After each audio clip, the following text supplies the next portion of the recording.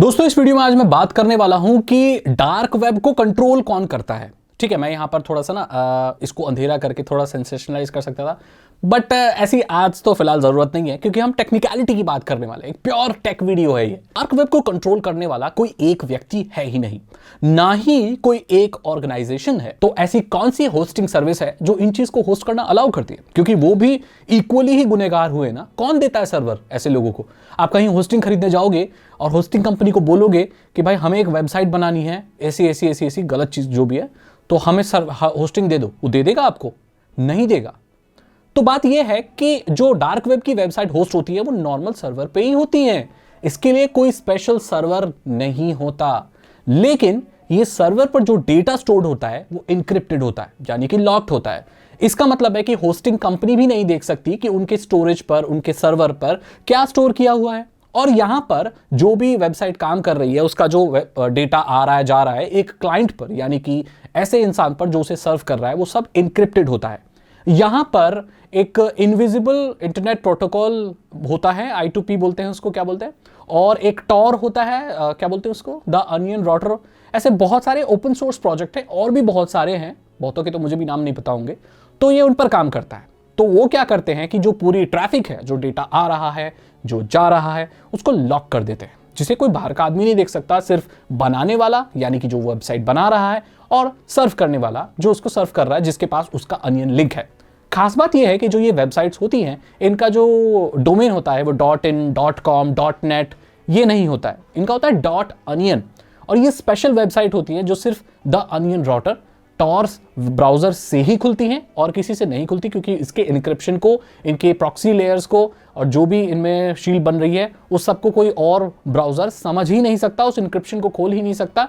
तो उन वेबसाइट्स को आप किसी और ब्राउजर में खोल नहीं सकते। इसलिए होस्टिंग कंपनीज को ये पता नहीं होता कि उनके सर्वर पर कोई डीप वेब का कोई सॉफ्टवेयर चल रहा है किसी कंपनी का, या डार्क वेब की वेबसाइट्स चल रही है। उनको इस बारे में जानकारी नहीं होती, और इसीलिए ज्यादातर डीप वेब, डार्क वेब की जो वेबसाइट्स है वो अभी भी धड़ल्ले से चल रही हैं। समझ गए आप? अब यहां पर बहुत सारी जो वेबसाइट्स होती हैं वो एयर गैप्ड होती हैं, और उनको आप पकड़ ही नहीं सकते जब तक आप किसी को सर्व करते ना देखें। क्योंकि क्या होता है कि हम जब वेबसाइट कोई सर्व करते हैं तो वो जो डेटा आता है वो एक सर्वर से आता है, और अगर किसी के पास एक डेडिकेटेड सर्वर है, वर्चुअल प्राइवेट सर्वर है, VPS है, जो कि एक वर्चुअल प्राइवेट सर्वर सेक्शन होता है एक सर्वर में, जैसे एक फिजिकल सर्वर है उसमें बहुत सारे VPS काम कर सकते हैं। यानी कि एक ही सर्वर के अंदर बहुत सारे सर्वर की आइडेंटिटी इम्यूलेट हो रही होती है। आप उसके एक सेक्शन को खरीद सकते हैं जो एकदम इंडिपेंडेंट सर्वर की तरह एक्ट करता है, बट वो एक बेयर मेटल पे बहुत सारे ऐसे वर्चुअल प्राइवेट सर्वर हो सकते हैं। तो वहां पर क्या होता है, वो उसको तभी एक्टिवेट करते हैं जब उसे चलाना चाहते हैं। जैसे क्या होता है कि एक वेबसाइट है, जैसे फेसबुक है, गूगल है, ये ऐसा थोड़ी होता है कि ये रात को ही काम करेगी, शाम को, मतलब दिन में काम नहीं करेगी। ऐसा होता है क्या? जैसे फेसबुक सर्व करना है तो दिन में ही सर्व कर सकते हैं, रात को नहीं कर सकते। जैसे पहले होता था, टीवी 24 घंटे नहीं चलता था, दूरदर्शन सिर्फ दिन में चलता था, रात में बंद हो जाता था। ऐसा नहीं होता है, लेकिन अभी भी डार्क वेब की वेबसाइट्स के साथ ऐसा होता है, क्योंकि वहां पर जो उस वेबसाइट का मालिक होता है वो अपने सर्वर को एक पर्टिकुलर टाइम पर ही ऑन करता है। आप उस वेबसाइट को तभी सर्व कर सकते हैं, बाद में वो अपने सर्वर को बंद कर देता है। यानी कि अगर आप उस अनियन एड्रेस को बाद में डालेंगे तो एक्चुअली आप उस वेबसाइट को कभी सर्व नहीं कर पाएंगे। ऐसी चीजें भी होती हैं। एयर गैपिंग उसे ही बोलते हैं, ताकि कनेक्शन से उसे काट दिया जाए।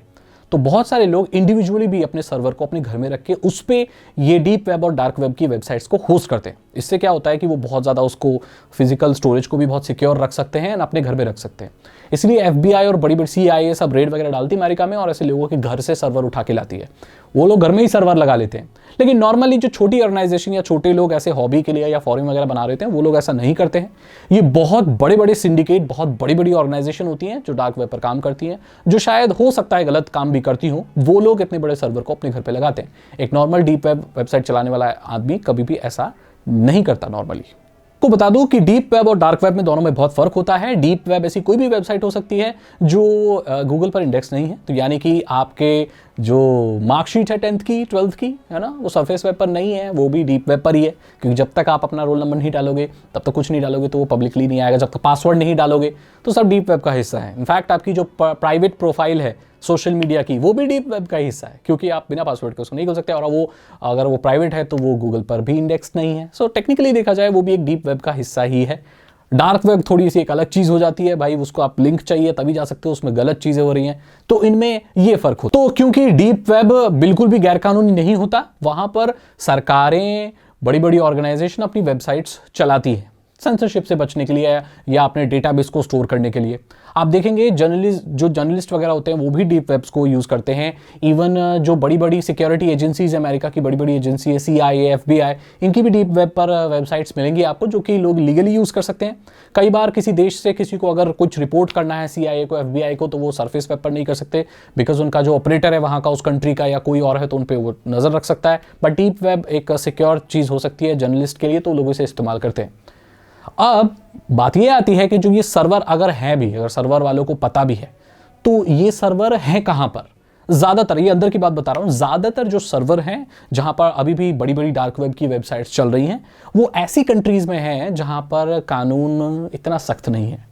ऐसी बहुत सारी कंट्रीज़ हैं, अफ्रीका की, नाइजीरिया एक ऐसी जगह है, और बहुत सारी ऐसी जगहें हैं। मैंने तो सुना है मालदीव्स में भी है कोई, थाईलैंड में भी आजकल ये चीज़ बहुत ज़्यादा एक्टिव हो रही है। तो ऐसी कंट्रीज़ में ये चीज़ें होती हैं, फिजिकल इनकी लोकेशन होती है जहाँ पर कानून इतना सख्त नहीं होता। यूएस वाली जैसी जगहों पर अभी थोड़ा कम हो गया है। तो मैंने आपको बता दिया कि एक्चुअली डार्क वेब की वेबसाइट्स काम कैसे करती हैं और कौन इनको कंट्रोल करता है। तो एक आदमी तो कोई कंट्रोल करता नहीं है। FBI, CIA, भारत की सिक्योरिटी एजेंसीज और जितनी भी सीक्रेट सर्विसेज हैं वो सभी लोग अभी डीप वेब, डार्क वेब पर एक्टिवली घूम रहे हैं। आपको क्या लगता है 14 साल का बच्चा अगर डीप वेब एक्सेस कर सकता है तो क्या एक जितने भी दुनिया के हैं तो वो नहीं कर सकते क्या? इजीली कर सकते हैं, और वो हैं भी और पकड़ भी लेते लोगों को। लेकिन अभी भी बहुत सारी चीजें उनके हाथ में नहीं आई हैं। हाँ देखो यार, ये तो चूहा बिल्ली का खेल चलता रहता है। खैर, अगर आपको ये वीडियो अच्छी लगी तो लाइक करें, दोस्तों के साथ शेयर करें और सब्सक्राइब करें। मैं बताऊँ आपसे अगली वीडियो में। Thank you so much and good